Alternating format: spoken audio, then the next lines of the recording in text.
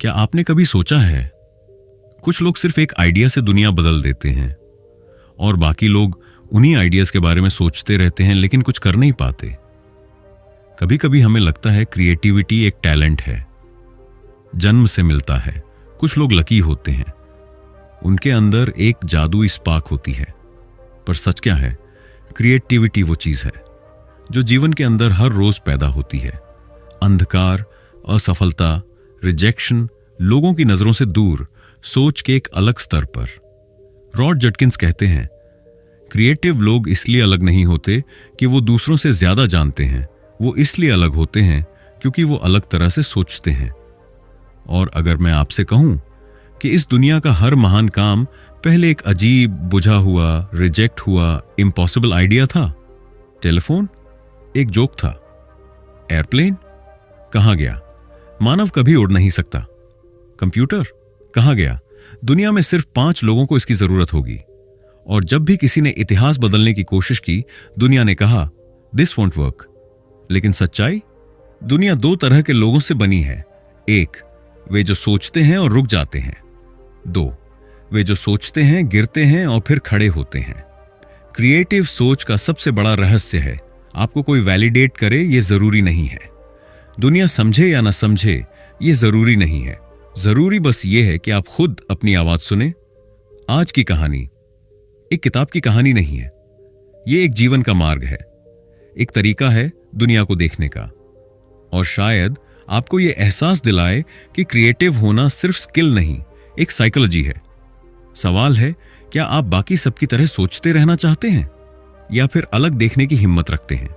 क्योंकि क्रिएटिविटी वहीं जन्म लेती है जहां बाकी सब रुक जाते हैं। यह कहानी है एक लड़के की, आरव की। आरव ऑर्डिनरी नहीं था, पर एक्स्ट्रॉर्डिनरी भी नहीं।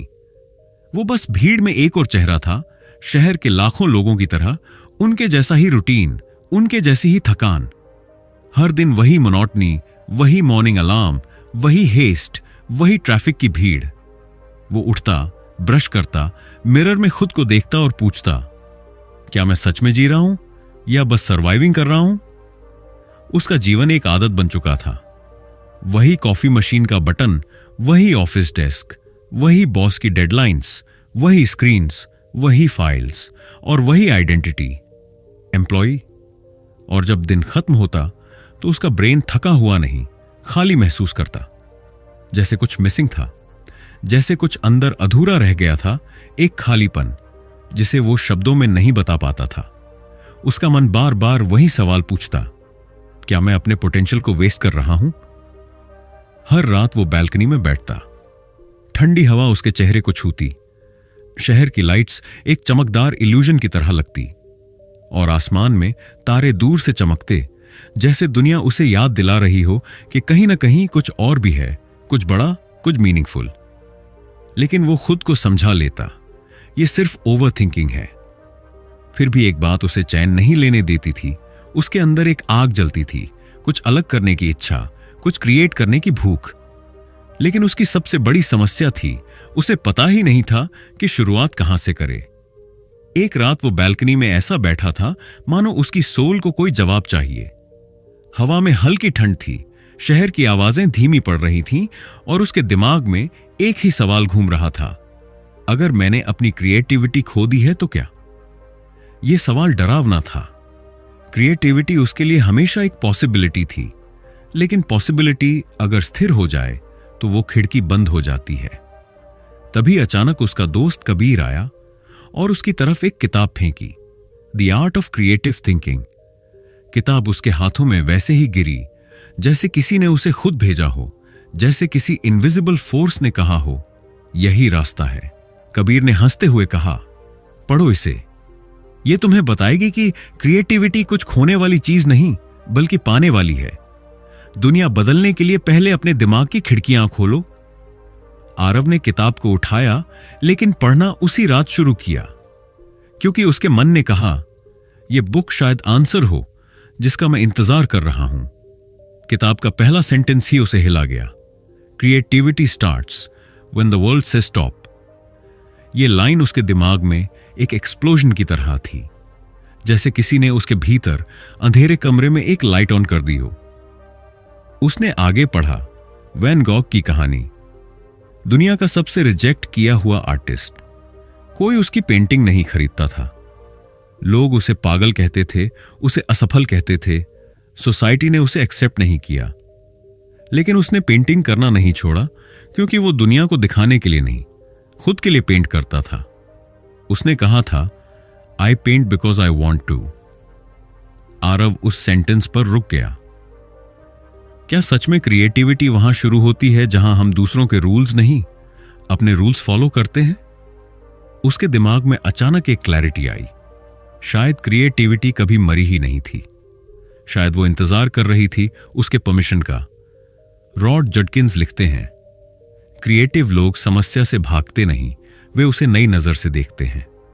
और उस रात आरव के अंदर पहली बार एक नई सोच ने जन्म लिया। क्रिएटिव लोग महान इसलिए नहीं होते क्योंकि उनके पास टैलेंट होता है, बल्कि इसलिए क्योंकि वो उस आग को फॉलो करते हैं जो उनके अंदर जलती है। टैलेंट एक शुरुआती बिंदु है, लेकिन करेज वो चीज है जो क्रिएशन की ओर धकेलती है। अगली सुबह ऑफिस जाते समय सड़क के किनारे उसने कुछ चीजें देखी। पुरानी plastic bottles, cardboard boxes, broken bulbs. बाकी लोगों के लिए यह कचरा था, लेकिन उस दिन पहली बार उसकी नजर में ये रॉ मटेरियल थे। उसने किताब में पढ़ा था, आइडियाज कभी परफेक्ट नहीं होते, ideas always start as a mess, और उसी मेस से क्रिएटिविटी जन्म लेती है। उसने उन सब चीजों को कलेक्ट करना शुरू किया। ओमैटो में बैठते ही लोग उसे अजीब नजरों से देख रहे थे। ये आदमी कचरा उठा रहा है।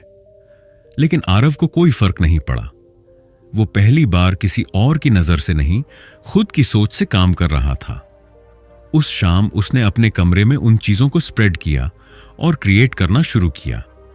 उसने प्लास्टिक बॉटल्स को शेप दिया, कार्डबोर्ड को काटा, बल्ब्स को ग्लू किया। कई बार ग्लू गिरा, शेप्स टूटे, हाथ कटे, लेकिन उसकी आंखों में चमक थी।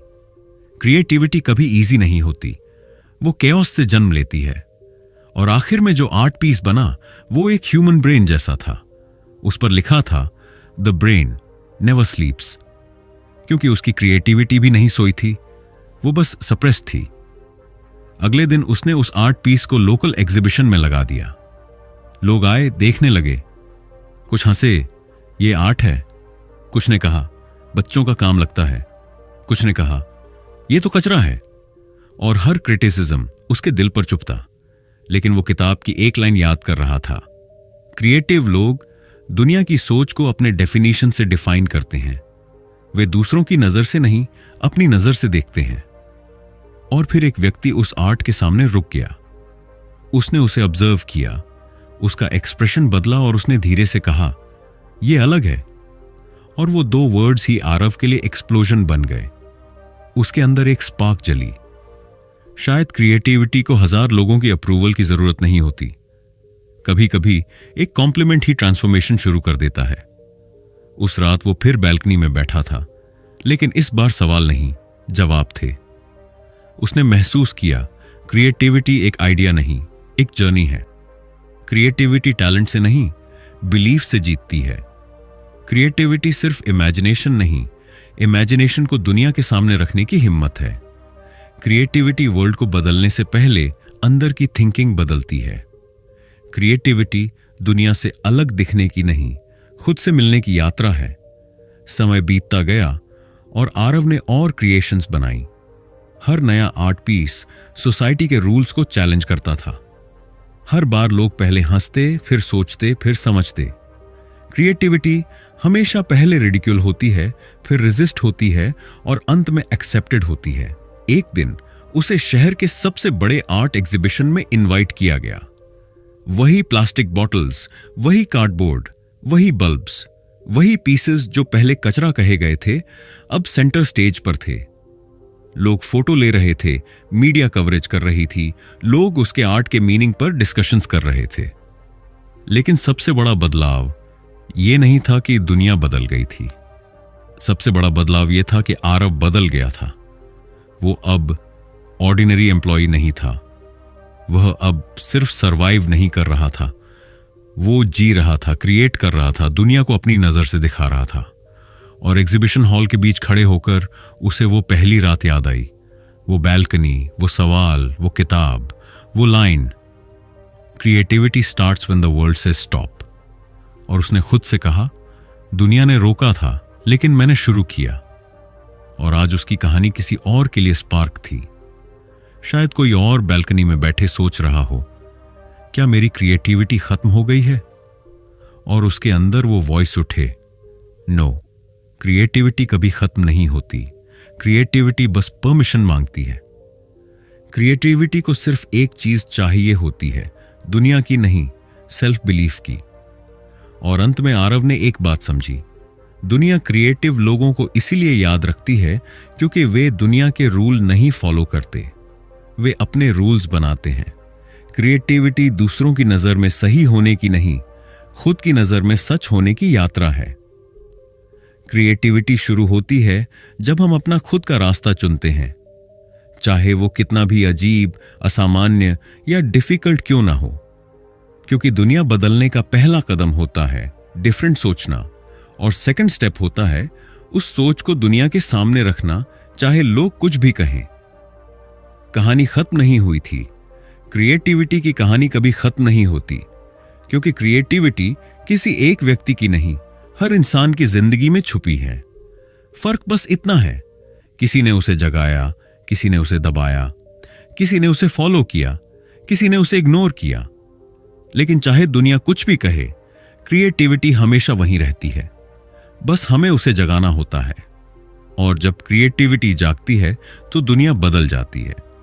और शायद यही सबसे बड़ा ट्रूथ है, दुनिया ऑर्डिनरी लोगों से नहीं बदली है, दुनिया हमेशा उन्हीं लोगों ने बदली है जो अलग सोचते थे।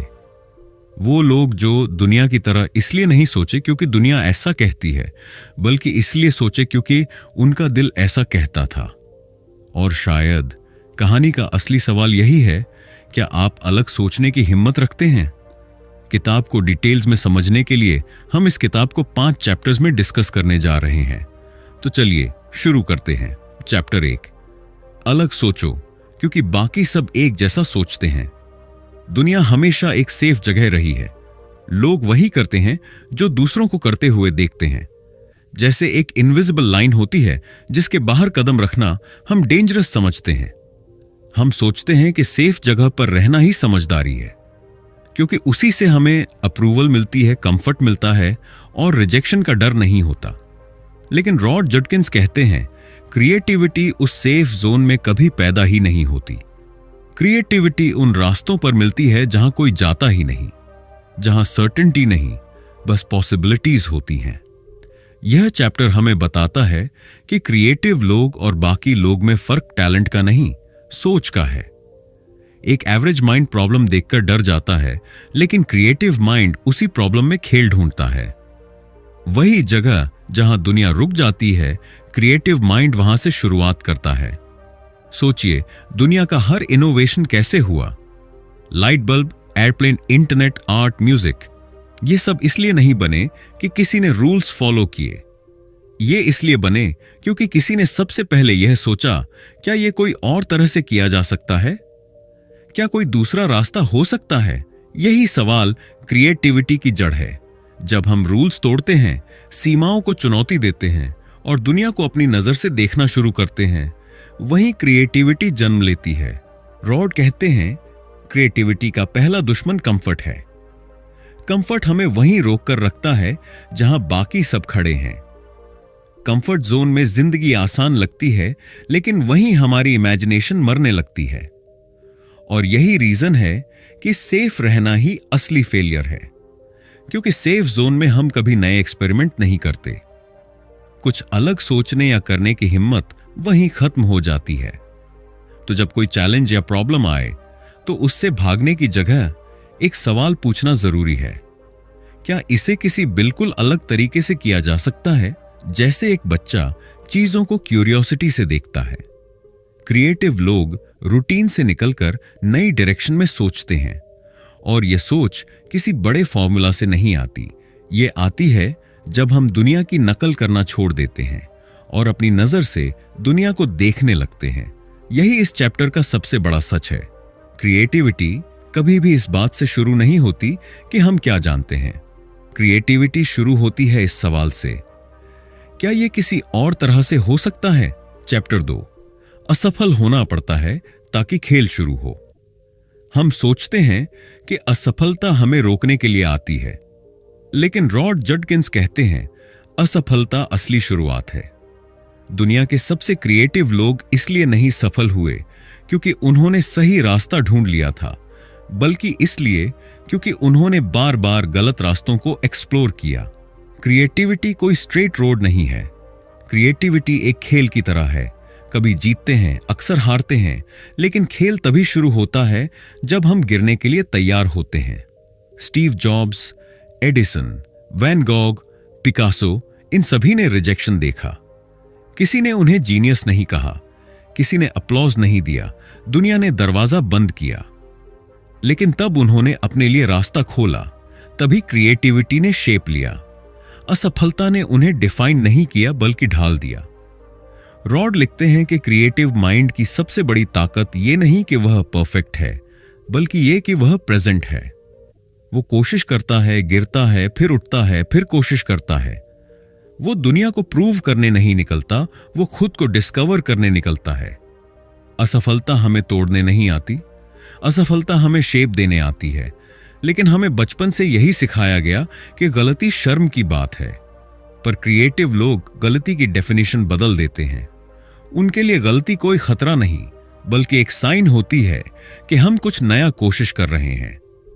क्रिएटिविटी के लिए फेलियर ऑक्सीजन की तरह है। बिना गलती किए कोई नया आंसर सामने नहीं आता। बिना गलत रास्ते लिए कोई नया रास्ता डिस्कवर नहीं होता। सोचिए, एडिसन ने बल्ब बनाने के लिए हजारों एक्सपेरिमेंट किए, कोई भी काम नहीं किया। लोग हंसते थे, कहते थे तुमने 1000 बार हार मानी। लेकिन उसने कहा, मैंने 1000 बार सीखा कि क्या काम नहीं करता। यही फर्क है। असफलता क्रिएटिव जर्नी का हिस्सा है। यह कोई ब्रेक नहीं, प्रोसेस है। असफलता हमें सिखाती है कि हम कौन हैं, हम क्या सोचते हैं और किस दिशा में आगे बढ़ सकते हैं। क्रिएटिव माइंड इसलिए सक्सीड करता है क्योंकि वह असफल होने से डरता नहीं, वह कोशिश करने में विश्वास रखता है। इसलिए चैप्टर 2 हमें यही याद दिलाता है कि जीत कभी शुरुआत में नहीं मिलती। शुरुआत में सिर्फ एक चीज मिलती है, फेलियर। और वही फेलियर सिग्नल है कि हम पहुंच रहे हैं उस जगह पर जहां क्रिएटिविटी का असली खेल शुरू होता है। चैप्टर 3 आइडियाज परफेक्ट नहीं, रॉ होते हैं। हम परफेक्ट आइडियाज की तलाश में इतने उलझ जाते हैं कि पहला कदम ही नहीं उठाते।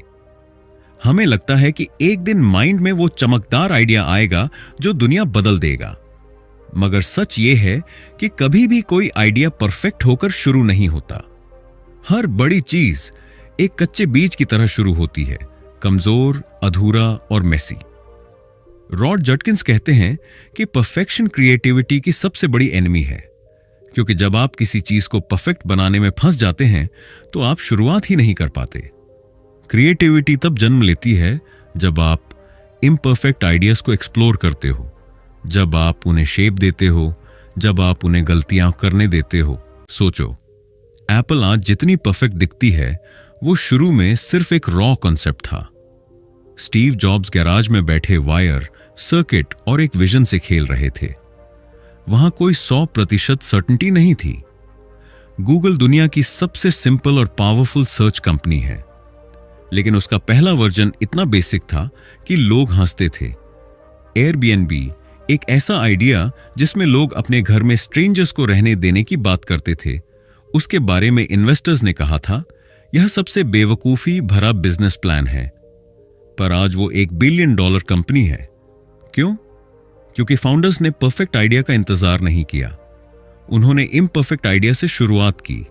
रियल क्रिएटिविटी हमेशा रॉ होती है। जो लोग इंतजार करते रहते हैं वे पीछे छूट जाते हैं, जो लोग शुरू कर देते हैं वे जीत जाते हैं, क्योंकि जर्नी करते करते ही आइडिया शेप लेता है। यह हमेशा इवॉल्व होता है और जब टाइम आता है वही रॉ आइडिया दुनिया को इंस्पायर कर देता है। रॉड कहते हैं creativity is a process not a product. तुम शुरू करने की हिम्मत नहीं दिखाते तो वो चीज कभी बन ही नहीं पाएगी। क्रिएटिविटी का असली मैजिक इसी में है कि तुम एक ऐसा कदम उठाओ जो तुम्हें खुद डराए। अगर तुमसे कोई आइडिया थोड़ा स्टूपिड, रिस्की या क्रेजी लगता है तो शायद वही तुम्हारा बेस्ट आइडिया है। परफेक्ट प्लान कभी नहीं मिलेगा, परफेक्ट टाइमिंग कभी नहीं आएगी, परफेक्ट आइडिया कभी एग्जिस्ट ही नहीं करता। परफेक्ट सिर्फ तब होता है जब तुम इम्परफेक्ट शुरुआत करते हो। इसलिए अगर कोई आइडिया तुम्हारे दिल में हलचल पैदा कर रहा है तो उसे स्टॉप मत करो, उसे बाहर आने दो, शुरुआत कर दो। चलो रॉ से ही शुरू करते हैं। यही असली क्रिएटिव करने वालों की आदत होती है। चैप्टर 4, क्रिएटिव लोगों का दिमाग अलग चलता है। क्रिएटिव लोग बाकी दुनिया की तरह स्ट्रेट लाइन में नहीं सोचते। उनका दिमाग जिग-जैग की तरह चलता है, कहीं से भी कोई भी कनेक्शन जोड़ने की कैपेसिटी। हम में से ज्यादातर लोग लीनियर सोचते हैं, ए से बी, फिर सी, फिर रिजल्ट। लेकिन क्रिएटिव माइंड कभी ऐसा नहीं सोचता। वो पूछता है, अगर ए से सीधे जीड पर जाएं तो, या अगर बी को स्किप कर दें तो। यही थिंकिंग ऑर्डिनरी को एक्स्ट्रॉर्डिनरी में बदल देती है। माइकल जॉर्डन सिर्फ बास्केटबॉल नहीं खेल रहे थे, वो हर खेल, हर सिचुएशन एक नए एंगल से देखते थे। जब बाकी प्लेयर्स सिर्फ स्ट्रैटेजी फॉलो कर रहे थे, जॉर्डन एक्सपेरिमेंट कर रहे थे। ये मूव ऐसे क्यों, और भी बेहतर कैसे। इसी तरह पिकासो पेंट नहीं करते थे, वो कलर्स और शेप्स को तोड़ते थे ताकि नई रियलिटी बनाई जा सके। डा विंची मशीन्स और ह्यूमन बॉडी दोनों को एक ही तरह से देख सकते थे। उनके दिमाग में दुनिया सिर्फ फैक्ट्स में नहीं, पॉसिबिलिटीज में बंटी थी। रॉड जटकिंस कहते हैं कि क्रिएटिव सोच की सबसे बड़ी क्वालिटी यही है कि वो पुराने रूल्स पर विश्वास नहीं करती। अगर दुनिया कहती है कि ये इम्पॉसिबल है तो क्रिएटिव माइंड में क्यूरियोसिटी उठती है। क्यों इम्पॉसिबल? कौन सा रूल तोड़ने से यह पॉसिबल हो सकता है? यही सवाल दुनिया बदलते हैं। हिस्ट्री में जितना इनोवेशन हुआ वो इसी सवाल से शुरू हुआ, व्हाई नॉट? क्रिएटिव लोग पैटर्न्स को अलग तरह से देखते हैं। एक नॉर्मल इंसान दो चीजों में कोई कनेक्शन नहीं देखता, लेकिन क्रिएटिव दिमाग कहता है, रुको, शायद यहां कोई हिडन लिंक है। वो अलग फील्ड्स को मिक्स करते हैं, साइंस में आर्ट ढूंढते हैं, म्यूजिक में मैथमेटिक्स देखते हैं, बिजनेस में साइकोलॉजी लाते हैं। और यही मिक्स क्रिएटिविटी की सबसे पावरफुल फॉर्म है। ये लोग दुनिया को जैसा है वैसा स्वीकार नहीं करते, वो चीजों को चैलेंज करते हैं। वो हर कॉन्सेप्ट रोड कहते हैं। क्रिएटिव माइंड रूल्स फॉलो नहीं करता, वो रूल्स इन्वेंट करता है। यही कारण है कि दुनिया बदलने वाले लोग हमेशा डिफरेंट लगते हैं। वो अजीब होते हैं, हटकर होते हैं, अनप्रेडिक्टेबल होते हैं, लेकिन असल में वही लोग दुनिया को नई डायरेक्शन देते हैं। इसीलिए अगर आपका दिमाग अलग सोचता है तो डरिए मत, ये आपकी सुपर पावर है। चैप्टर 5, जो आपसे डराता है वही क्रिएट करना चाहिए। क्रिएटिव जर्नी में सबसे बड़ा ऑब्स्टिकल डर नहीं, बल्कि डर का सामना करने की अनविलिंगनेस है। हम अक्सर सोचते हैं कि डरना गलत है, डर हमारी कैपेबिलिटीज को लिमिट करता है। लेकिन रॉड जटकिंस बताते हैं कि डर क्रिएटिविटी का कंपास होता है। जो चीज आपको डराती है वही आपको उस दिशा में ले जाती है जहां असली इनोवेशन और ग्रोथ छुपी होती है। डर हमारे लिए सिग्नल है, ये वार्निंग नहीं, गाइड है। ये बताता है कि आप उस जगह पहुंचने वाले हैं जहां कंफर्ट जोन खत्म होता है और पॉसिबिलिटीज शुरू होती हैं। If it scares you, do it. यह लाइन सिर्फ मोटिवेशन नहीं है, बल्कि क्रिएटिव साइकोलॉजी का मूल नियम है। जब कोई आइडिया या प्रोजेक्ट आपको नर्वस करता है, असहज बनाता है या लोगों की रिएक्शन से डराता है, तो यही वह जगह होती है जहां सबसे पावरफुल क्रिएशन जन्म लेती है। डर यह दिखाता है कि आप बाउंड्री क्रॉस करने वाले हैं, और क्रिएटिविटी बाउंड्री क्रॉसिंग में ही जन्म लेती है। सोचिए, हर महान कलाकार, इन्वेंटर, एंटरप्रेन्योर ने वही किया जो उन्हें डराता था। वैन गॉग ने अपने इमोशंस और इनर केओस को कैनवस पर लाया। स्टीव जॉब्स ने ऐसे प्रोडक्ट्स बनाए जो दुनिया को पहले अब्सर्ड लगे। पिकासो ने नए तरीके से शेप्स और फॉर्म्स को तोड़कर आर्ट रिडिफाइन किया। और हर बार जब उन्होंने डर को फेस किया, क्रिएटिविटी ने उन्हें रिवॉर्ड किया, डर ही उन्हें गाइड कर रहा था। यह कह रहा था कि यह रास्ता नए आइडियाज का है। क्रिएटिव लोग डर को रोकने के बजाय उसका सम्मान करते हैं। वे डर को महसूस करते हैं, उसे एनालाइज करते हैं और फिर उसी एनर्जी से एक्शन लेते हैं। डर के बिना कोई ब्रेक थ्रू नहीं होता। अगर आप हमेशा कंफर्ट जोन में रहेंगे तो क्रिएटिविटी स्टैग्नेंट हो जाएगी। डर आपको डराने के लिए नहीं, आपके अंदर छुपी संभावनाओं को बाहर निकालने के लिए है। इसलिए जो भी आइडिया या कदम आपको डराता है, वही सबसे पहले करना चाहिए।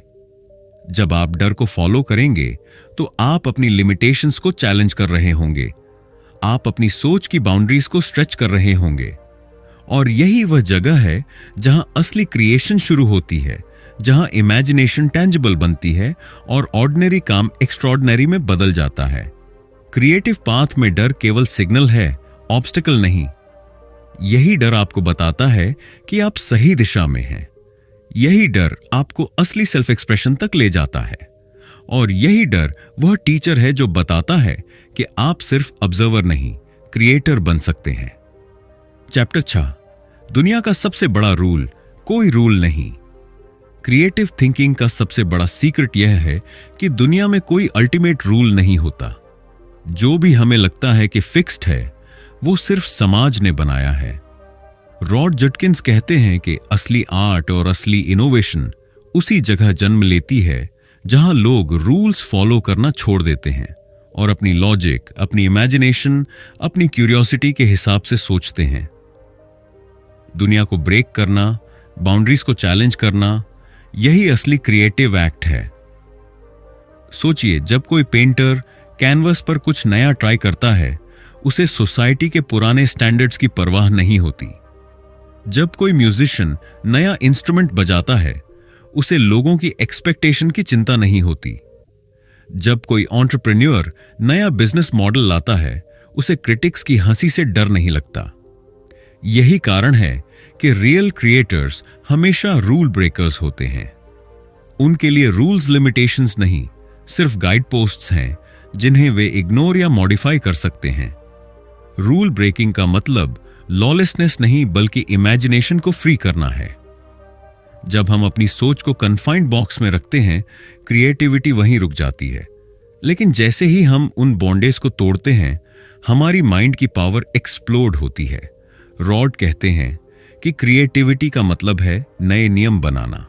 हर इनोवेशन, हर मास्टरपीस, हर डिस्कवरी की शुरुआत यही सोच से हुई है, मैं ऐसा करूंगा जो अभी तक नहीं किया गया। इस चैप्टर का एसेंस यही है कि वर्ल्ड हमें लिमिटेशंस दिखाती है, पर क्रिएटिव लोग उन लिमिटेशंस को चैलेंज करते हैं। उनके लिए रूल्स सिर्फ टूल्स हैं, केज नहीं। कोई भी रूल ऐसा नहीं है जिसे वे फॉलो करने के लिए फोर्स्ड हों।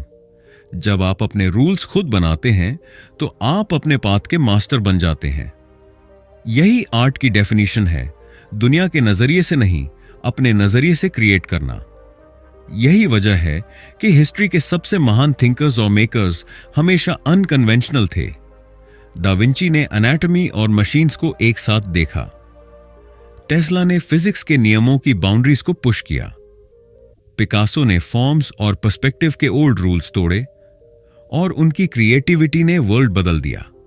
क्रिएटिव होना मतलब डर के बिना खेलना, बाउंड्रीज को चैलेंज करना और अपनी रियलिटी को खुद डिफाइन करना। दुनिया आपको बताएगी कि क्या पॉसिबल है और क्या नहीं, लेकिन असली क्रिएटर्स वही होते हैं जो दुनिया को इग्नोर कर देते हैं और कहते हैं, मैं अपने रूल्स बनाऊंगा। यही दुनिया का सबसे बड़ा रूल है, कोई रूल नहीं। जब आप इस रूल को समझते हैं, तब आप सिर्फ आर्टिस्ट नहीं बनते, आप अपने लाइफ के आर्किटेक्ट बन जाते हैं। आप हर चीज को अपनी क्रिएटिविटी के लेंस से देख सकते हैं। यही आखिरी चैप्टर हमें याद दिलाता है, रूल्स नहीं, विजन महत्वपूर्ण है, बाउंड्रीज नहीं, इमेजिनेशन की पावर असली है। यही क्रिएटिव फ्रीडम है। और अब जब हमने किताब के हर चैप्टर को पढ़ा और समझा, तो सवाल यह है, सारी बातें प्रैक्टिकल लाइफ में कैसे काम करें? रॉड जटकिंस ने हमें केवल आइडियाज नहीं दिए, उन्होंने हमें क्रिएटिव थिंकिंग का माइंडसेट दिया। एक माइंडसेट जो हमें ऑर्डिनरी सोच से बाहर निकालता है। जो डर को सिग्नल बनाता है और जो इम्परफेक्शंस को रॉ मटेरियल मानता है। इस किताब का सबसे बड़ा मैसेज यही है कि क्रिएटिविटी कोई टैलेंट नहीं, कोई स्किल नहीं, बल्कि एक तरीका है दुनिया को देखने और उससे इंटरैक्ट करने का। ये आपकी सोच में छुपा हुआ पोटेंशियल है, जो तब जागता है जब आप रूल्स को फॉलो करना छोड़ देते हैं और अपने रूल्स खुद बनाते हैं। क्रिएटिविटी स्टार्ट्स जब आप दुनिया के हाँ या ना से नहीं डरते, बल्कि अपने अंदर की आवाज सुनते हैं। हमने देखा कि क्रिएटिव लोग लीनियर नहीं सोचते, वे रैंडम कनेक्शंस जोड़ते हैं। वे फेलियर्स से डरते नहीं, उन्हें सीखने का रास्ता मानते हैं। उनका हर आइडिया इनिशियली रॉ होता है, लेकिन एक्शन के साथ वो परफेक्ट बनता है। डर उनके लिए ऑब्स्टिकल नहीं, गाइड है, और दुनिया के रूल्स उनके लिए बाउंड्रीज नहीं, सिर्फ चैलेंज हैं। यही वो माइंडसेट है जिसे रॉड जटकिंस हर रीडर में जगाना चाहते हैं। अगर आप इसे अपने जीवन में इंप्लीमेंट करना चाहते हैं तो पहला कदम यही है, स्टार्ट डूइंग। जो भी आपको क्रिएटिव लगता है, जो भी डराता है, जो भी अनकन्वेंशनल लगता है, उसी पर काम करना शुरू करें। इंतजार मत करें कि आइडिया परफेक्ट हो, सर्कमस्टांसेस परफेक्ट हो या कोई अप्रूवल दे।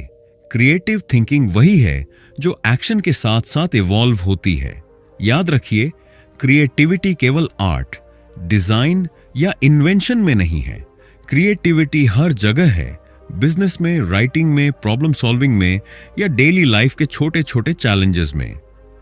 हर प्रॉब्लम एक अपॉर्चुनिटी है, हर लिमिटेशन एक कैनवस है और हर फियर एक कंपास है।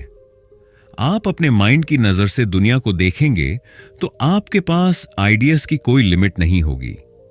और सबसे महत्वपूर्ण बात, क्रिएटिविटी सिर्फ आउटकम के बारे में नहीं है, यह प्रोसेस के बारे में है। यह जर्नी है, आप कैसे सोचते हैं, कैसे एक्सपेरिमेंट करते हैं, कैसे फेलियर्स को एम्ब्रेस करते हैं और कैसे अपने विजन को रियलिटी में बदलते हैं। रॉड जटकिंस की यह किताब हमें यही सिखाती है, क्रिएटिव होना मतलब अपनी खुद की दुनिया बनाना, किसी और की नकल नहीं करना।